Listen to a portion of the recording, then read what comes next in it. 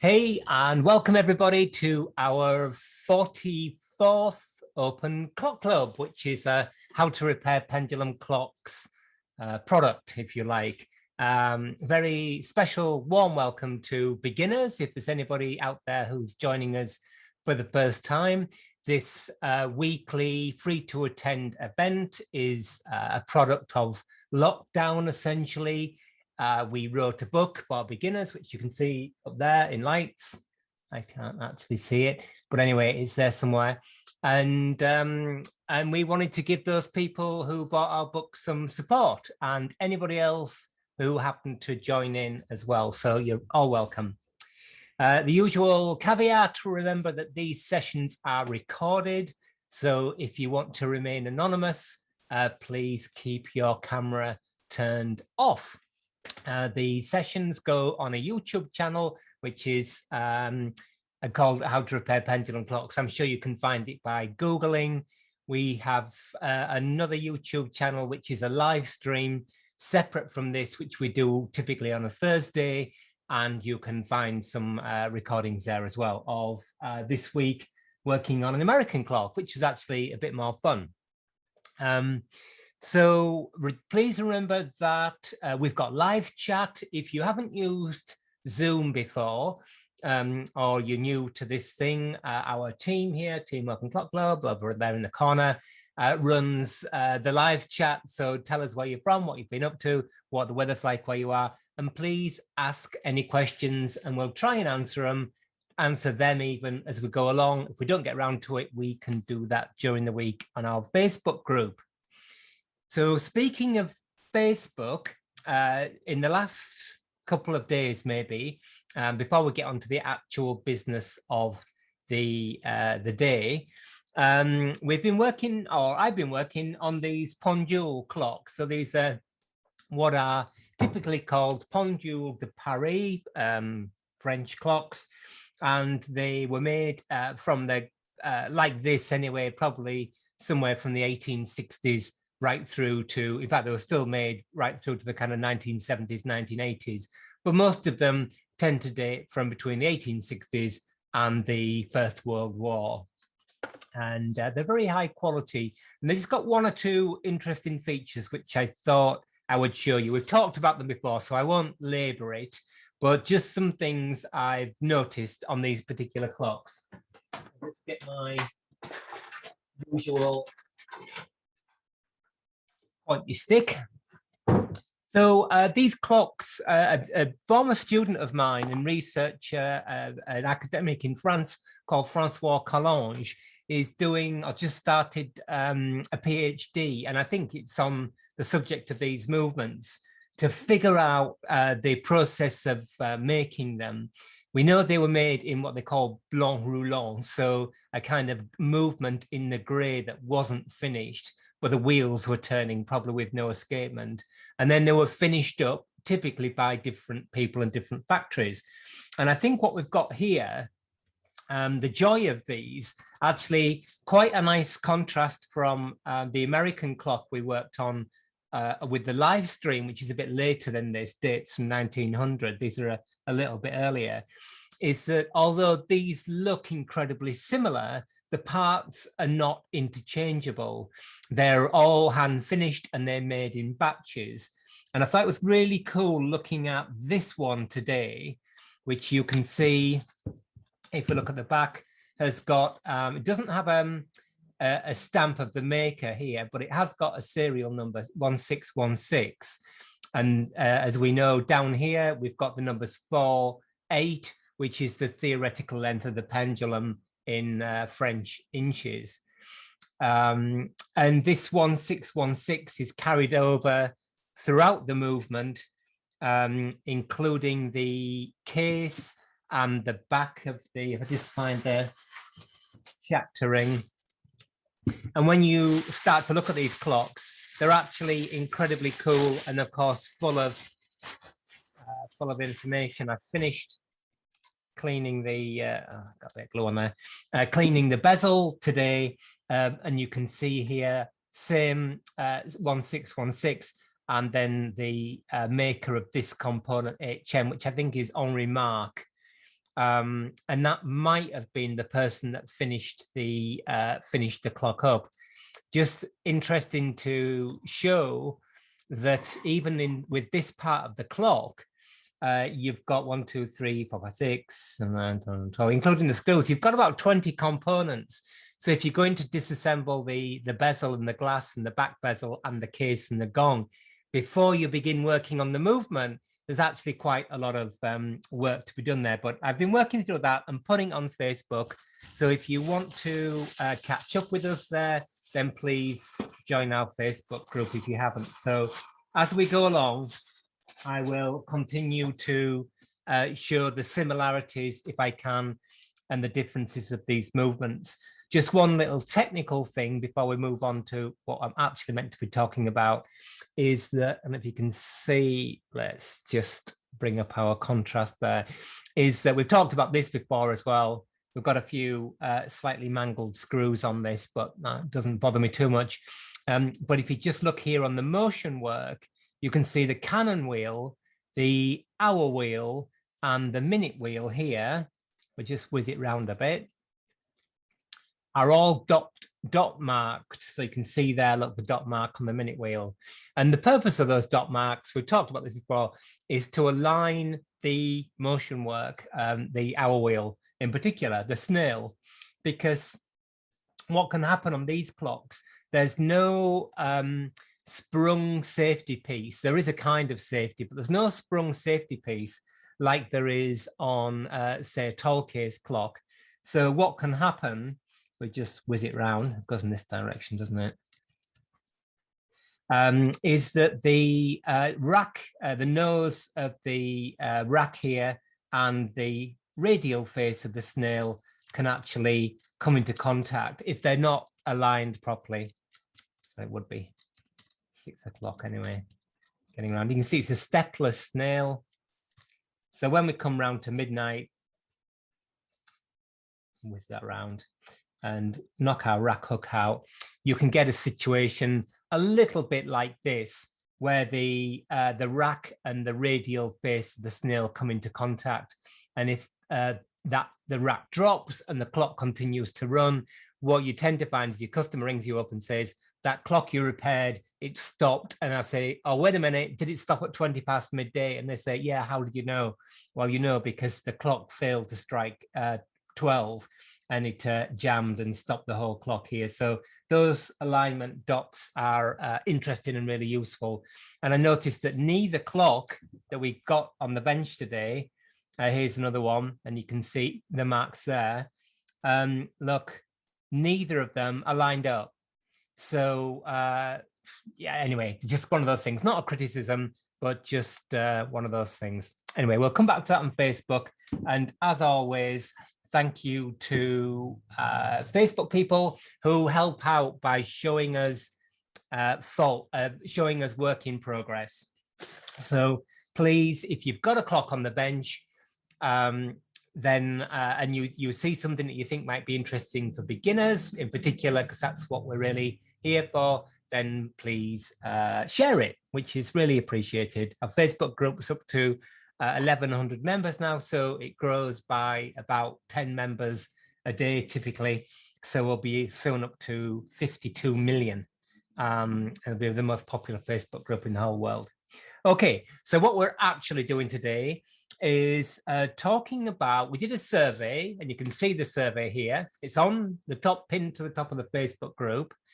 And I asked people when they work on clocks, what are the most common faults that they find? And again, this isn't to be critical, but this is to help people in fault finding, because particularly when you're new to clock repair, fault finding is a big deal. You go through a clock, you repair it, you do everything you think is right, and it will not run. And we get this a lot. So if you go through these 24 faults, you should be able to get to the bottom of it.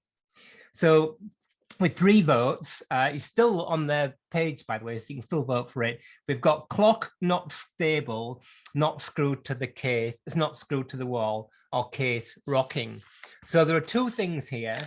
Let's just get our live stream clock, which is a bit big to go in the shot. There it is anyway. So it's very big to go in the shot, in fact. But what you can see is that either because the mounts are a bit loose or somehow it's a bit wobbly, even though this bench top is quite straight, flat, it's a nice bit of sort of inch thick plywood, the clock case can rock.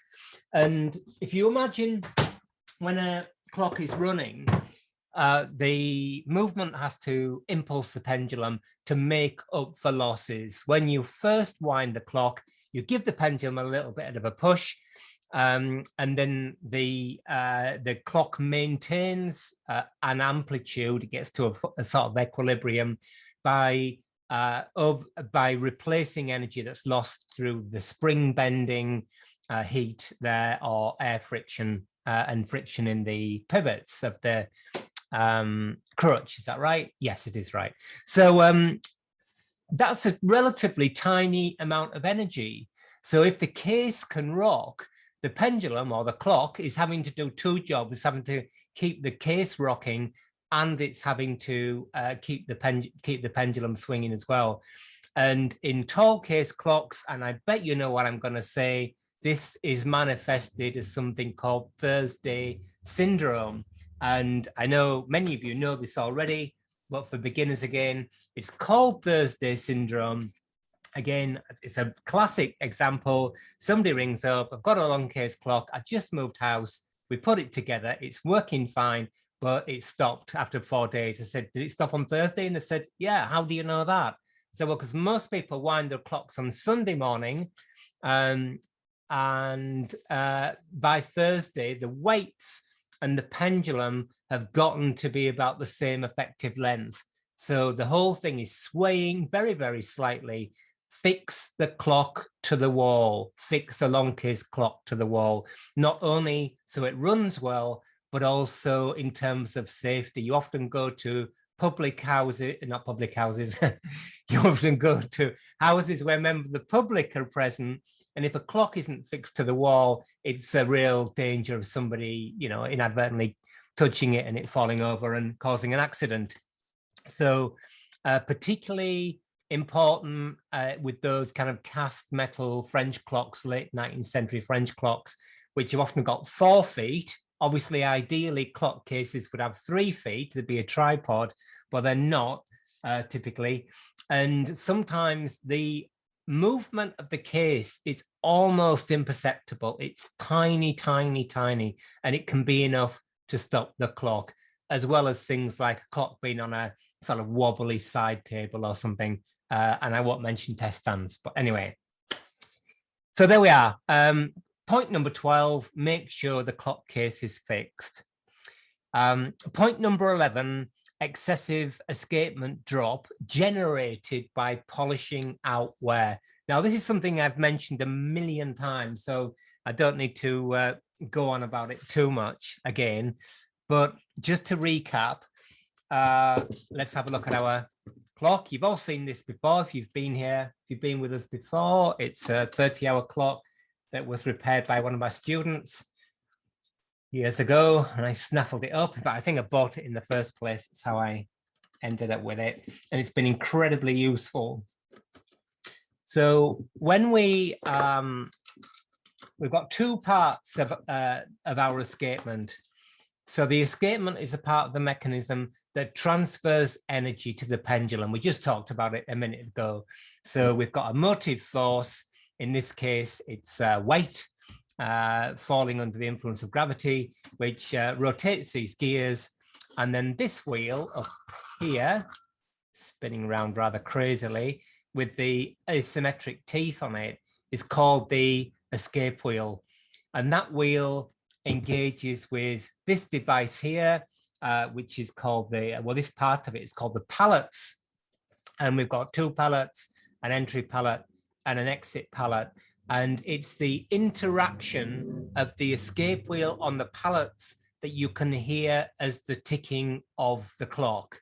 Okay, so you can imagine that with that ticking, there's friction there.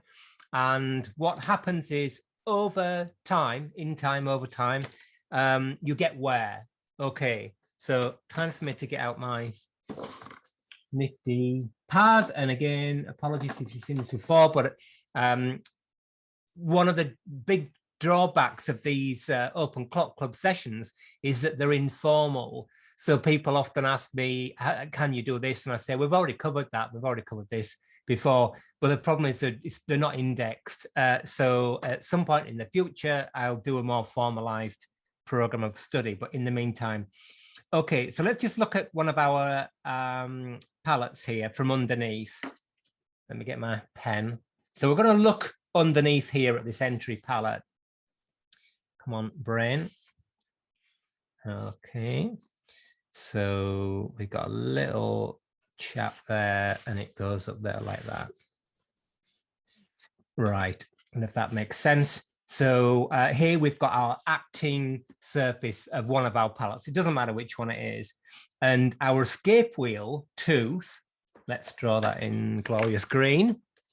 Our escape wheel tooth, let's say it lands there. Okay, so it lands there and it's the escape wheel tooth landing there that you can hear as the tick or the tock, if you like. And it causes damage where then, and this particular kind of clock, there's something called just recoil. So the pallets rotate and the escape wheel tooth first slides in this direction and then recoil ends, and then you get impulse, and then the pallets rotate in the other direction until the escape wheel tooth goes like this and it drops off and lands on the other tooth. So over time, what you get here is a little pad of wear, particularly round this zone, because if you imagine here to this point, you've got the tooth first going in that direction and then going in that direction. So you've got double trouble. You've got twice the wear there, plus the impact of it landing. And then you've got kind of like a single amount of wear there. So what happens, got a bit of bleed through, is that I'll try and draw it the same. So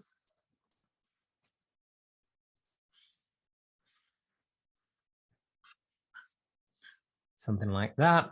So over time, you get a divot here, which is actually quite a bit deeper in that zone. And then it kind of smooths out, and then it smooths out here. And if we were to look at the side of this thing, let's just draw it in profile, as if we cut through there, it would look something like that.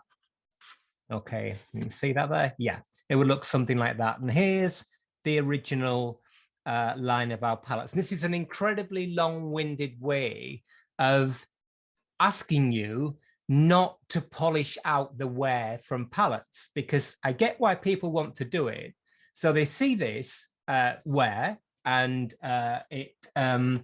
think, I don't know why, but think if you kind of obliterate it, it's going to disappear. But of course it doesn't.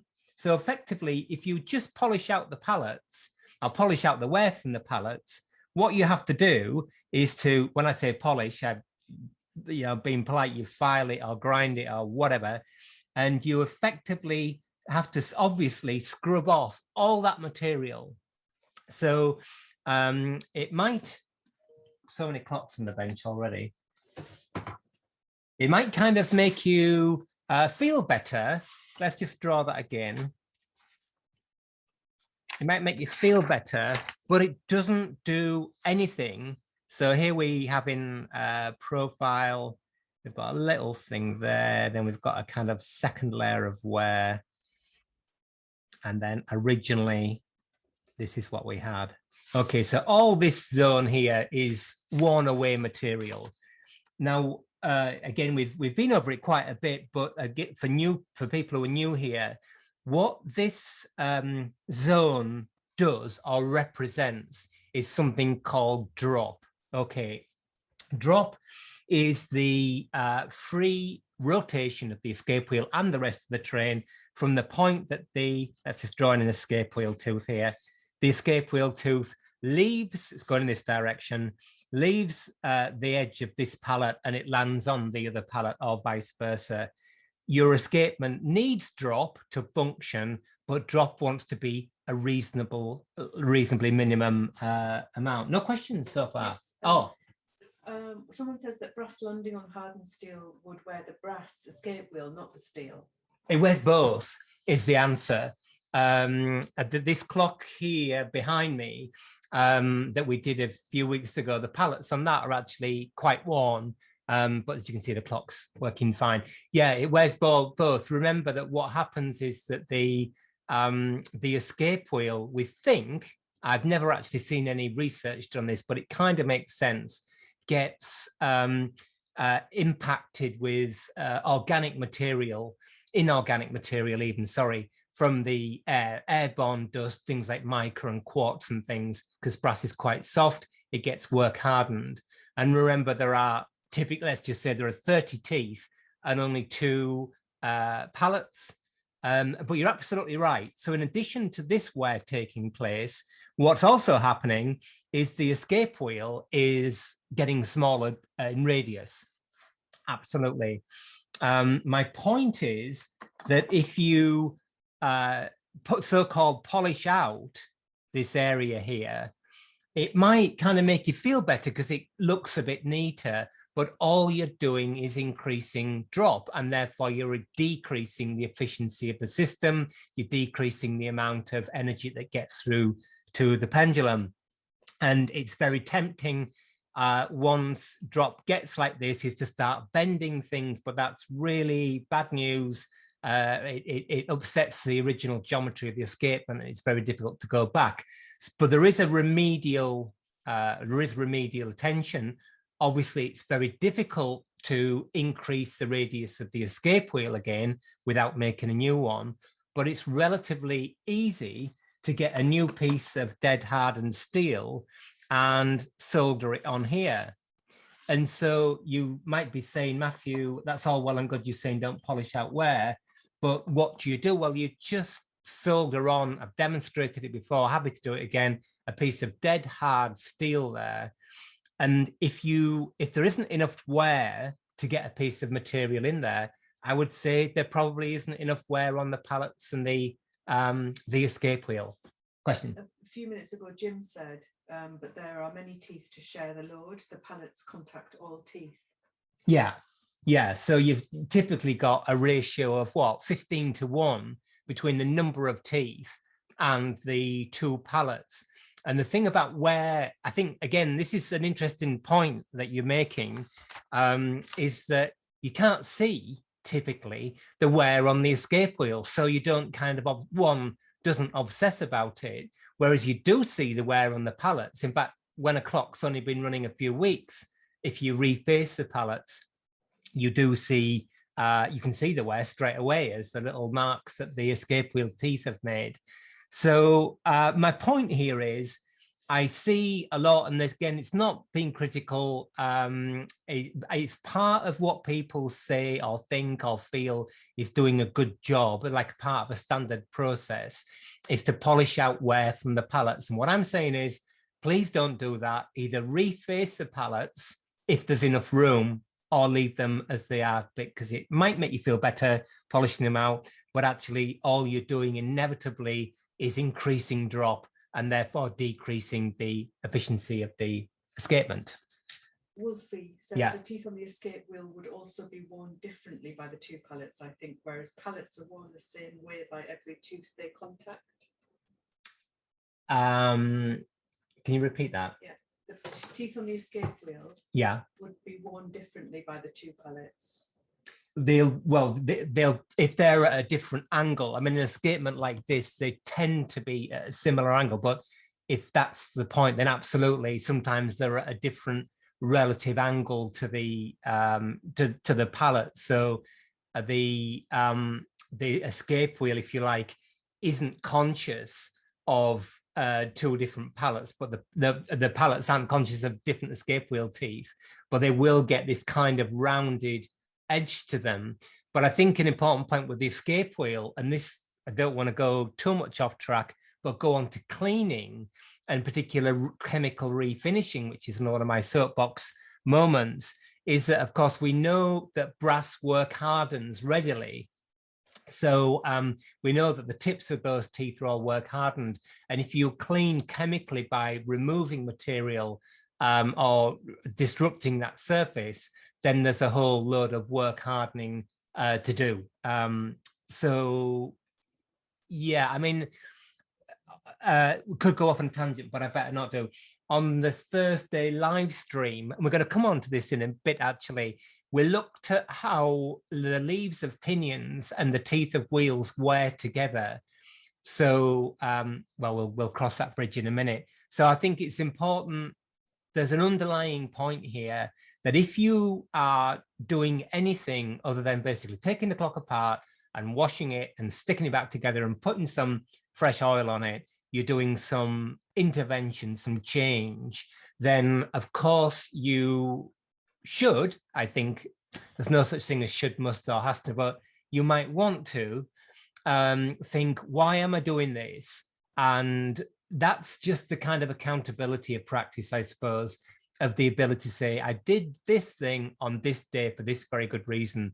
And I, in my long period in clockmaking, it's not that long, it's about 30 years now, I think, on and off. Probably not as long as some of you people out there. I hear a lot, it's because so-and-so told me. And of course, again, one of the things about practice is that ideally it's great to learn from the old masters and people who've been doing it for years, but also questioning practice is absolutely critical to your development. So the questions really, and that applies to saying really to me, obviously, as well, really, is that right? I'm going to do my own experiment. So constantly, you know, politely questioning what people are saying is incredibly useful. Yeah, cool. Right. I need to map these off as a kind of feel good fun. All right. Okay. Bushing without depthing, my next favorite thing. So again, I don't have that much time to go on a lot of other things like forums, Facebook groups and things, but I did, before I started my own, to kind of get a feel for the types of conversations that people were having, sort of typical, sort of top 10 typical things people say. And I think one of them is very much kind of, again, this sort of underlying sense of a rite of passage. You know, you start with a hobby or a pastime or a career or however you get into clock repair or clockmaking, and you do a couple of clocks and you get some confidence and you're away, and there are sort of some things that are sold as being sort of rites of passage. And I totally understand why, because they're really cool things to do. And we all like to kind of roll up our sleeves and get stuck in. And one of those very cool things to do is the process of bushing. And I'm sure I can get my American clock together. It's, oh, maybe I can. Here it is from the other day. Some of you have seen this before. Yeah, this is a pretty good example, I think. Okay, so the point is bushing without depthing. And this is a slight repeat. Again, I apologize to people who are here on Thursday because they've heard all this already. So they'll be turning over to the other channel to see if there's anything more interesting on, like, I don't know, Judge Judy or something. Maybe she's on a favorite of mine. Far more interesting than clocks. Or whatever it, what else do people watch? We don't know. So bushing, okay, I'll try not to labor this because it sounds like a sort of lecture or a telling off, and it's not. I hope I'm sound reasonably friendly, but I just kind of want to save people a lot of hassle, really, because I think there's this kind of peer pressure almost to do a lot of intervention, and some of it, not always, is unnecessary. So again, we've only got 5 more open clock clubs to go. So I'll try and make this the last time I talk about depthing and bushing. But anyway, otherwise it's just going to become really dull for you people.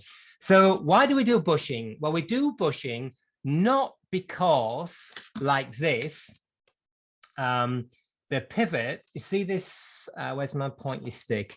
The pivot here, the bearing, is wobbling about in the hole. See that, yeah? And we don't do it because the pivot's wobbling about in a hole.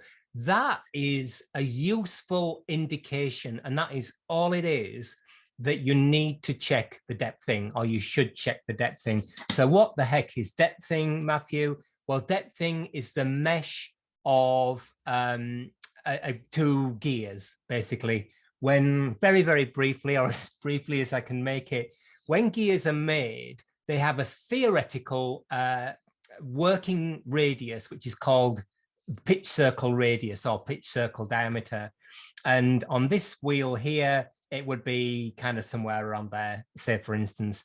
So if you imagine the pitch circle diameter of 2 mobiles would make 2 plain discs of material that touched at their edges, and of course they would slip.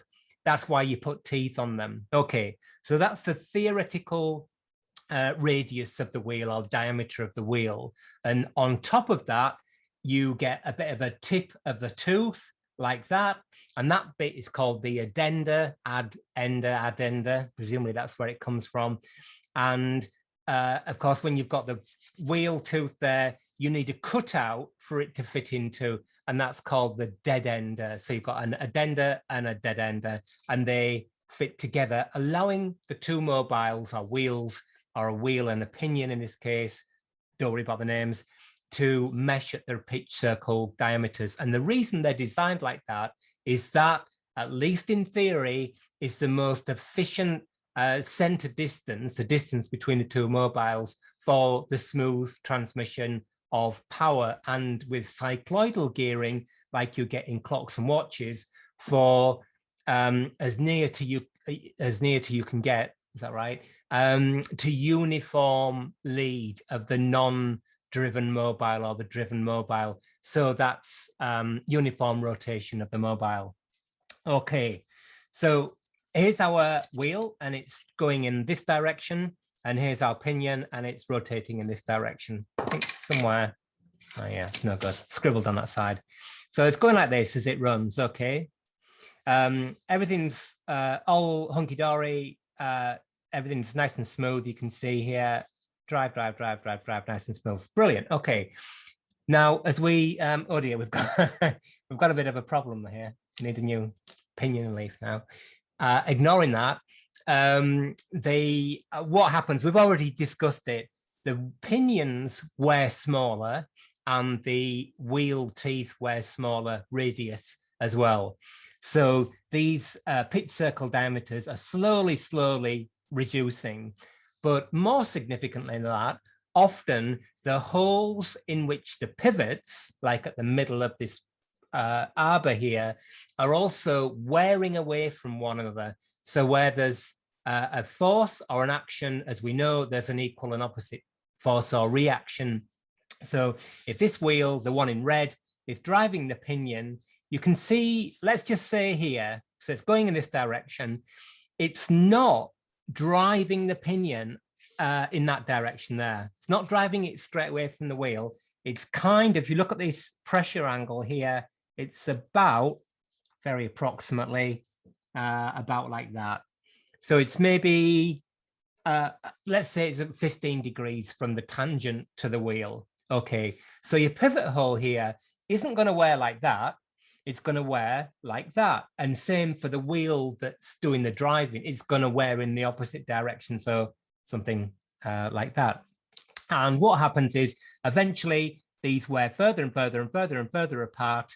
And here is the killer thing. Okay, and again, I apologize if you've heard this before, but it's like so central to getting old clocks to run, and even more importantly, to fault finding when there's been a lot of bushing without depthing. What happens, look, So keep your eye here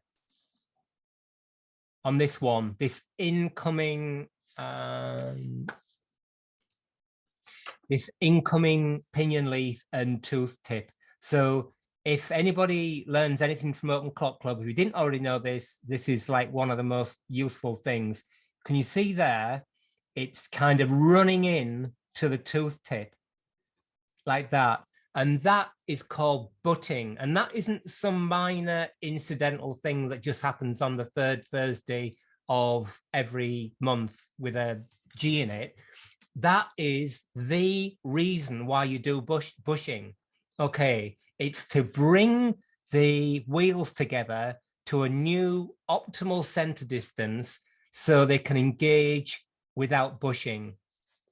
So because the wheel and the pinion have gotten smaller, they've also, I think it was as Chris or somebody alluded to, they're also wearing here on these surfaces.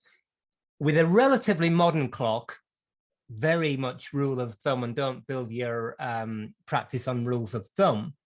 With a relatively modern clock, you can kind of estimate that the optimal center distance for those two mobiles is likely, but absolutely not guaranteed, to be where the original holes were by the manufacturer, particularly if it's a clock like this and it's a machine-made clock. You can kind of say, although this has got some funny kind of squidgy things going on here, but you can kind of estimate that the original center is likely to be, but absolutely not guaranteed to be, the best position for that mobile, which is why we do depthing. So depthing is the process of testing what is the optimal center distance for any pair of mobiles. So the question.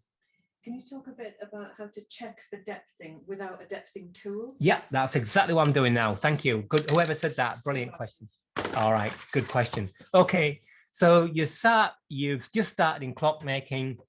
You've got a clock, it won't run. You've heard on all these fora about you've got to do bushing, you've got to do this. So many people talk about doing bushing and they never mention depthing, and I don't know why. But anyway, so people might say, oh, well, you'll need a depthing tool, of course. I won't waste time by going and getting my depthing tool. But a depthing tool is quite an expensive bit of kit. So if you've just begun, you don't want to go out and spend hundreds of dollars on a depthing tool. You don't need to do. That is the absolute beauty of it. Here's to do it. Here's how to do it, sorry. First thing is, just have a look, and it's easier with all the wheels in the train, but by reversing the direction of rotation of the wheels, you can find out which of the pivots are wobbling about in the holes like that.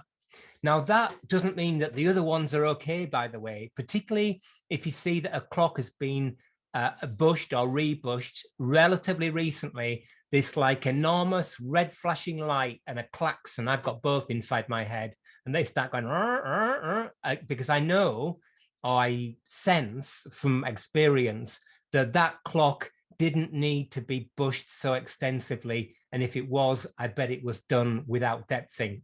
That's my experience. So what do you do? Okay, well, the first thing to do is to figure out which way the wheels rotate. What not to do, because I'm a creature of incredibly bad habits, is to spin the wheels. Obviously, if the wheels don't turn at all, you're in trouble. But spinning the wheels is pretty much meaningless, unfortunately. It's something we all love to do, but it doesn't help you with depthing, because the clock runs with the wheels under load, of course. There's a spring or a weight at one end, and there's some block at the other end. In this case, it's the escapement. Okay, so we suspect that this pair of mobiles might need bushing, because we bush to change the center distance. So how do we test that? Well, first thing we're going to do is we're going to test them in what we believe was the original or earlier position. And we know what that was because another drawing coming on. Yeah. the wheel only touch one leaf with one tooth? No, on more on higher count pinions, you get two leaves touching at once. There is sometimes one, sometimes two, maybe on, I don't know, maybe on wheel to wheel transfer, there's maybe actually three touching at once, I guess. I'd have to think about that and look at it. But no, you've usually got one through the line of centers, and then that changes to the incoming leaf or wheel tooth. So no, you might have only one, but sometimes you've got two at once. And it's when you've got two at once that you've got the problem. It's a changeover between one leaf or tooth and the next one that's the problem. Just one engaging isn't a problem, because it's the next one coming in that causes the butting, that causes your clock to stop through additional friction. So let's just have a quick look at our pivot. Not quite know what to do on the colors here. Here's our pivot, okay? Looking along the axis of it. So there it is. There's our pivot. Who cares which direction it's turning in that direction. And here is our pivot hole in the frame, which is obviously ever so slightly bigger than the pivot. It has to be for it to rotate freely. And here is our line of force coming from the driving wheel. And so what's going to happen is, over time, the pivot will wear smaller diameter, but typically, unlike the wheel and pallets arrangement, you've got one pivot hole and you've got one bush or wall, one bearing wall, and it's the brass bearing wall that tends to give up. So what's going to happen is the hole, I'll draw this exaggerated, is eventually, oops, bad drawing, going to draw elongated like that, and then the pivot's going to be over here. So it's going to have moved, the center distance is going to move from that point to that point. Okay. Now remember, when that pivot wobbles about in the hole and everybody shrieks and goes, oh, it needs bushing. Wait a minute, says Matthew, here's our wheel. Here's our line of force. The actual center distance has only moved that much. The pivot might have moved that much, but the center distance has only moved that much because it's moving very close to the tangent. So actually, given the fact that the wheel tooth and the pinion leaf wear as well, and given the fact that you don't know whether it was depth too deep in the first instance, often, and you might think I'm making it up, for some reason this week I can see the live chat number, and we're up to over 100 live chats. Isn't that cool? Really? Yeah. So often it might look bad, but there's no need to do any bushing, because moving it back to that position doesn't make any difference. In fact, it often makes it worse. So here's our two pairs of our pair of mobiles. So what you'd do is you'd start typically at the bottom of the train, so with a great wheel and the next wheel or the next wheel and the next wheel, doesn't matter, but obviously start at one end of the train and work your way up. Figure out what is the direction of rotation. And I think in this case, it's, let's think about it. Yeah, I think the great wheel's going that direction, isn't it here? I've slightly lost the track. So this, if that's going counterclockwise as we're looking at it, this is going clockwise, that's going, let's call it that. So the great wheel is being pushed in this direction. This second wheel is being pushed in this direction by the great wheel. And we can see that if we wiggle the wheel up and down like this direction, doesn't move.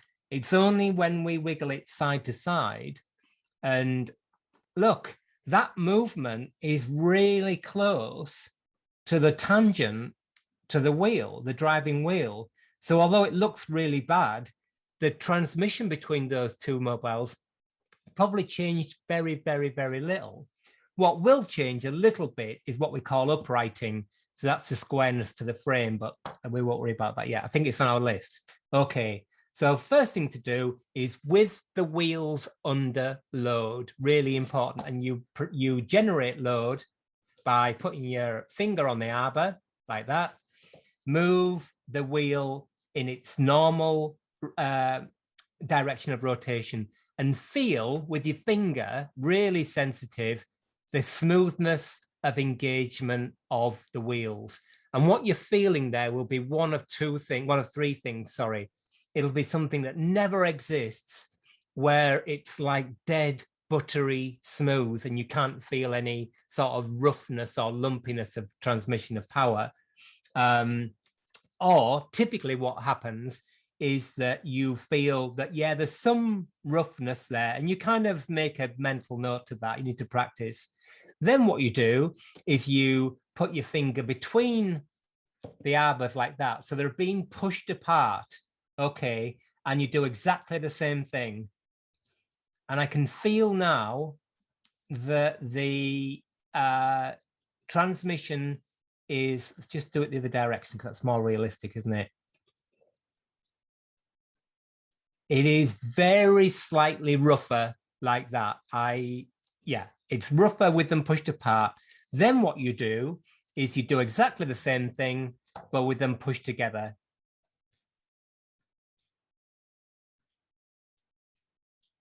And that also is not ideal. So the kind of neutral position, gosh, there's not much in them. I mean, in a case like this, where it's really, really difficult to tell with those positions, you don't need to do any bushing, unless they're all so bad that this pushing them together, pulling them apart, is outside the range of, the optimal center distances outside that range.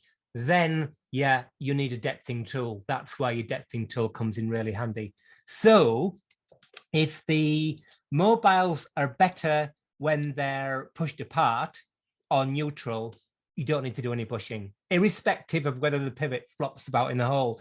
Remember, when the clock's running, the pivot doesn't flop about in the hole. It's pushed to one side and it stays there.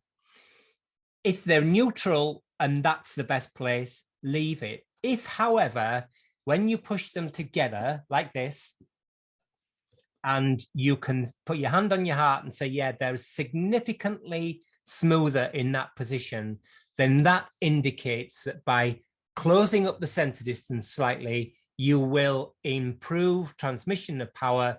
And therefore, the only reasonable way to do that is to do bushing.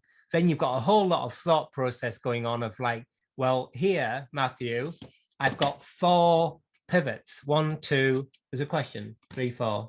There's a comment from Jeremy. Yeah. Except though, if a wheel is running out of true, and if it's large, it might foul something. Maybe, Jeremy, but like the only example I can think of that where that's a reasonable kind of assumption, and it can happen, it's not, never say never, is with the actual barrel on a fusee clock, which tends to run very, very close to the frame. And yes, sometimes I've seen it where the hole has worn and it's flopped across so much that it touches on the frame.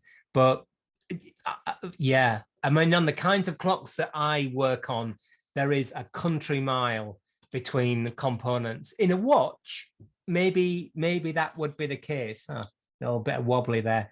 Highly unlikely, to be honest. I think that I mean, obviously you'll look for that.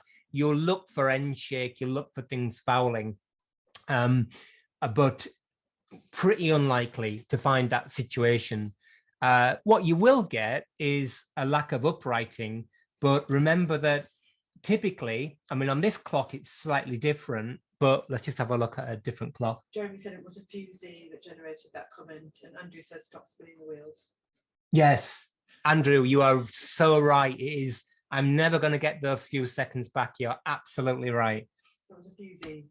Yeah, and also on a fusee clock, the center wheel can run really close to the great wheel. So absolutely. And if you're working on 17th and 18th century clocks that have been through the hands of many, many, many repairers and like, I've lost it now, like this, where you've got, we looked at this the other day, but you've got all these different kinds of bushings and maybe new wheels fitted, you've got all this stuff, then yeah, of course, you're going to be looking for end shake and you're going to be looking for things running on other things.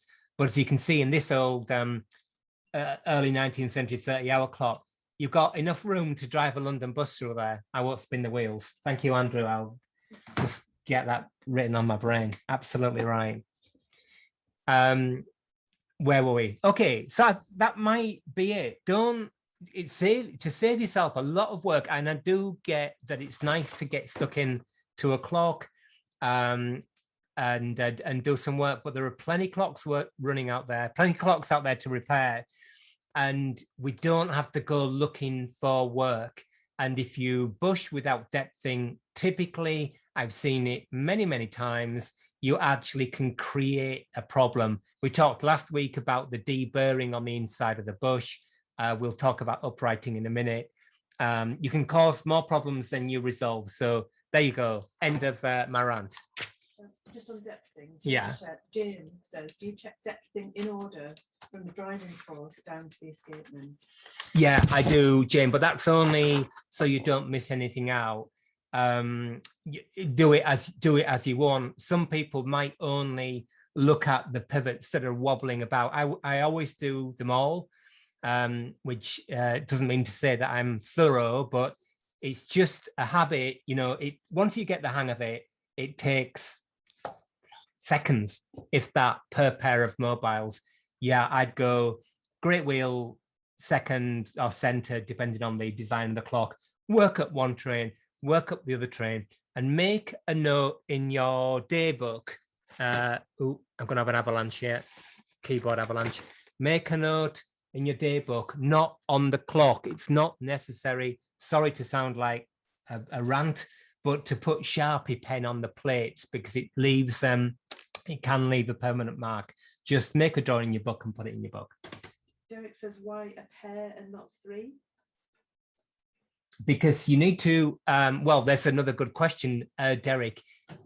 That's really part of the next part of the thinking that, of course, in the case of, let's say your great wheel, which isn't here, it's here, look, great wheel and this wheel here, they're really only acting as a pair because there isn't another wheel on this end of the train. But you're absolutely right. In the case of this train, you'd have another wheel here, another intermediate wheel, and the position of this wheel, that's really more to do with once you've decided on that there is a problem, the next step of which pivot do you actually deal with. And to just elaborate a little bit on Derek's point, because it's a very good point, as always, made by our lovely members.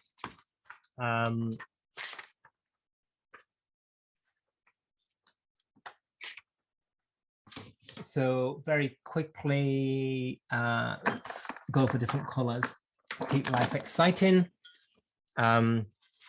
We've got, let's say this is our great wheel here, trying to draw it so you can, then we've got opinion there, oh no, sorry, and a wheel, intermediate wheel, and then we've got opinion here and a wheel there like that. And we've got driving force or something like that. So the function, the position, you will have noticed that with the exception of those, I forget what they call those clocks. I think the Bagier or the watches where are they called three bridges or something, where the train is in a line. That is like such a bad idea. And it's so difficult to make a clock or a watch with the wheels in line. You hardly ever, I would say almost never, see the wheels lined up like this. You always have this kind of offset thing like this. And the reason you do that is because of depthing.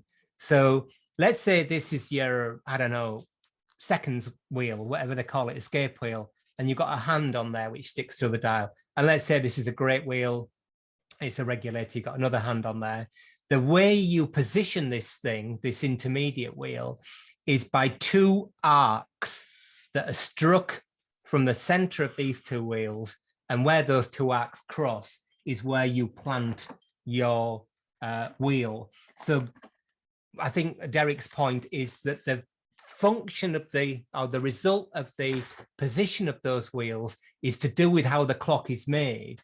When you look at a lot of older clocks, you know, before factory made ones, you'll see the scribing marks actually on the plate from where the thing was made. So you start with two wheels and then you pitch the third one or plant the third one as a function of those other two wheels. So maybe Derek's point, and it's a good point, is that where you've got we know we've got a depthing problem here, and let's say we've also got a depthing problem between the next two wheels, we've got to think, right, which of these 1, 2, 3, 4, 5, 6 pivots do we move? You know, how are we going to optimize the depthing? Because it might be that this one has worn, which is causing a problem with both sets of mobiles. You're absolutely right. It isn't necessarily just a problem with two mobiles. So you have to think about the bigger picture. And the answer to that, which one do you choose, is that you have to look at things like I've just described. You've got an escape wheel with a hand sticking through. You can't move that because it's going through the middle of a hole in the dial. A gathering pallet, a gathering arbor, for instance, with a gathering pallet on it, you can't move that because if you do, it's going to change the depthing of the gathering pallet to the rack, and so on. So you do a kind of process of elimination and you say, yeah, that is the one that I move. Sometimes you have to move both, but very rarely, because typically on clocks like this, you'll notice that the wheel and the pinion are at opposite ends of the arbor. You'll notice that this isn't very well uprighted either, but it works absolutely fine. So if you move this, you can move this pinion masses. Let's say there's a depthing problem here. You don't have to move this end as well, because you can move this loads, and that is going to affect the rotation of this wheel very, very slightly, if at all. Two questions. Yeah. Ashish says, don't you only have to have only two mobiles in the plates at one time, i.e. remove all mobiles except two? Correct. For the preliminary, for the first stage of identifying which pairs of mobiles you need to do. So yeah, work up the train in pairs. But Derek's point is, I think that the position of a wheel, in fact, like this one is a great example. It's what I've just drawn. You've got a great wheel, you've got an escape wheel, and you've got an intermediate wheel. So this wheel is planted as a result of the position of this wheel and this wheel. So if you've got a depthing problem, typically it'll only be at one end of the arbor, typically, but it might be that it's at both. Yeah. I wants to ask a question about Thursday. Last Thursday or next Thursday? Last Thursday. All right, okay. Why did you remove the great wheel from the mainspring without letting the spring down? I didn't. I put it in a clamp. All right. I put it in one of my super special homemade clamps. There it is, in fact. Yeah. But I did get a telling off for not wearing my safety glasses the whole time. So quite right too. Okay. We're kind of out of time. I could probably talk about depthing and bushing for the rest of my life, and I really don't mind, because I think that maybe if one person, next time they've got a clock on the bench, they think, wait a minute, do I actually have to do this bushing to improve the transmission of power in the clock? The answer is test the depthing first. Okay. So there we are. Gosh, a lot of talking there. So next week, let's cross off what we've done. We've done three, sorry. We'll start next week with a really easy one, and that's another one of my super favorites, taper pins that are not draw filed. So we can talk about taper pins. We've got loose components, that'll be quick. Uprighting issues, which is another kind of depthing, bushing thing, but one that really seems to get people incredibly animated. So something to look forward to there as well. Yeah, cleaning, depthing. I think they're the two, cleaning and bushing are the two things that seem to get people most excited. Anyway, great. So with a really lively live chat by the look of it. Yep, some half smile from the corner there. Massive thank you to Team Up and Clock Club. Thank you to everybody who supports us on the Facebook group or follows along or joins some other groups. One thing I don't get much time for, and in unlocking, it's like busier and busier, is to really look at other groups. So if you're a member of our Facebook group, please, by all means, either share, kind of cross-pollinate, if we can, bring stuff in from other groups and send stuff out to other groups, because the more impact we can have, the better use of everybody's time it is. So it's Saturday, isn't it? So have a great weekend, everybody. Hopefully we'll see you on the Facebook group. We've got a bit of news about the week after next, because I've got a week-long event going on, but I'll tell you about that next Saturday. And if not next Saturday, hopefully see you. I'm sorry, I'm just trying to keep up in my brain. Hopefully see you on Thursday, when we will be going back to our American clock. And what I'm going to have done by Thursday is to have cleaned it, done some preliminary cleaning, and then we will actually just finish this whole depthing process on this clock. I've only done 2 sets of mobile so far, 2 pairs so far. So if you want to learn more, join us at 1800 for our live stream. It's on our YouTube channel. If you can't, it's recorded. So unless I do anything incredibly stupid, then you'll be able to catch up with the recording. So thanks, everybody. And please get in touch. We're easy to find if you've got any questions. If not, we'll see you next week. Thanks. Have a nice weekend, and bye for now.